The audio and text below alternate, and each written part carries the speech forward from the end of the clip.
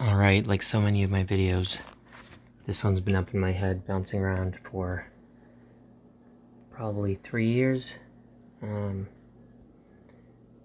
Almost since COVID, if memory serves me right. Anyway, Matchbox came out with this awesome casting of a 33 Plymouth a few years ago. I don't know when the first iteration of this was, but it's been probably 8 years or something like that, maybe 10 years. And at first I was really excited. Look at that, a pre-war car, something actually cool. It's got the spare on the back. This particular one even has chrome bumpers. And then I looked at the headlights and I immediately just was disgusted. Look at the headlights, the way they are on a 37 Plymouth. This is a 33 Plymouth. This is a fairly accurate representation in the picture. We've got a windshield wiper, we've got all these details, the door handles, the rear view mirror, side view mirror I should say. And then you look at the casting and it's just atrocious. They just did these little, they're not even circular headlights, they're just little nubs.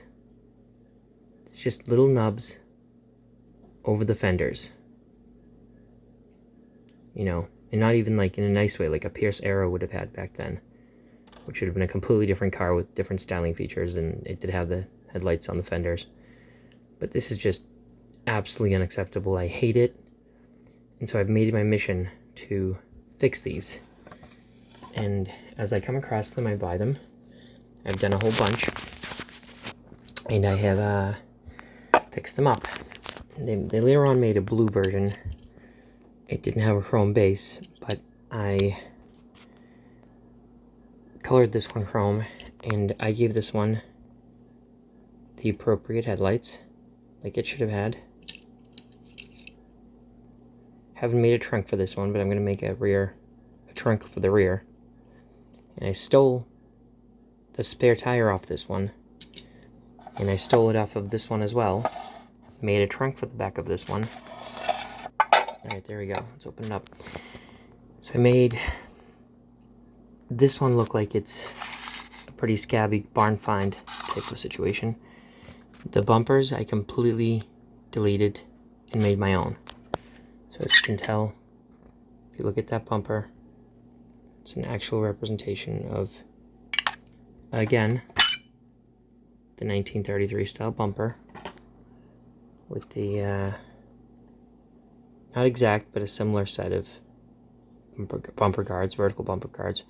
And if you notice, that rear mounted tire, so I took one off of this one, and I took one off of that one I showed you, and I made side mounts for this particular one.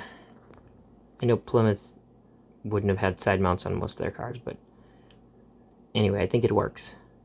It works and it makes it look more stately. I did make the trunk oversized. Actually, to be honest, the first version of the trunk I made for this one was huge. It was even bigger than this one, and I realized I overdid it. It's hard to sometimes gauge scale when you're whittling away on a piece of wood and you go back and forth, you measure a couple of times, maybe you know, it's that whole idea of measure twice, cut once. You can't uncut or unsand, right? So anyway, I decided to go with that size. I think it works. It's close enough, and it's got some cool patina to it. It's not perfectly executed, but I mean, as well as some of the M2s that were sort of intended to be barn finds. But as you can tell, the nubs are completely gone off the fenders, and you can buy a package of like these plastic little gemstones, these little circular gems made of plastic at the dollar store. And honestly, I think I probably have another 40 of them, and I've used them on dozens of cars, and altogether I've maybe invested $5 into several packages, both at the dollar store and Walmart. So anyway, so here's a representation of, again, proper headlights. I didn't do custom bumpers on this one. I have another one kicking around. I'm not sure where it is right now. There's actually a few more that are around in process, but there's one that's completed and I just don't know where it is at the moment. So this is the Matchbox Police one. Let's say that exact same casting. And again, if you compare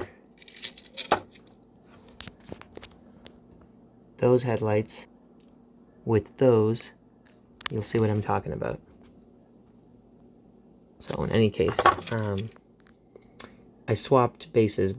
This one and the blue one swapped bases, which is why this one has a plastic base that isn't chrome plated, but I did add some chrome to it. The bumpers are also a little awkward. They're not perfect, but you know, close enough. Some detailing on this one. And then, you know, my next the next phase, when I started doing this a few years back, I went on a kick of cutting down a few of these things and drilling them apart. This was going to be the next phase, and it just kind of stalled for a couple of years, and it sat in a cigar box with a bunch of other in-process projects. And I finally got around to making it. So this has been lowered. It's actually, in a way, in a rudimentary sense, I did with this what you would do with an actual hot rod. Chopped, channeled, all that kind of stuff. I did not chop the roof. I feel like it looks fine the way it is. But so there you go. That's an example of something custom I made that I'm actually, it's very rudimentary, but I'm fairly proud of it. I think it's a neat little rat rod. And it's a good representation of sort of hot rod culture, and in the sense that, you know, kind of work with what you got, but again, properly done. Not stupid modern wheels. I picked a set of wheels that would, I think, work. I think these work on this pretty well.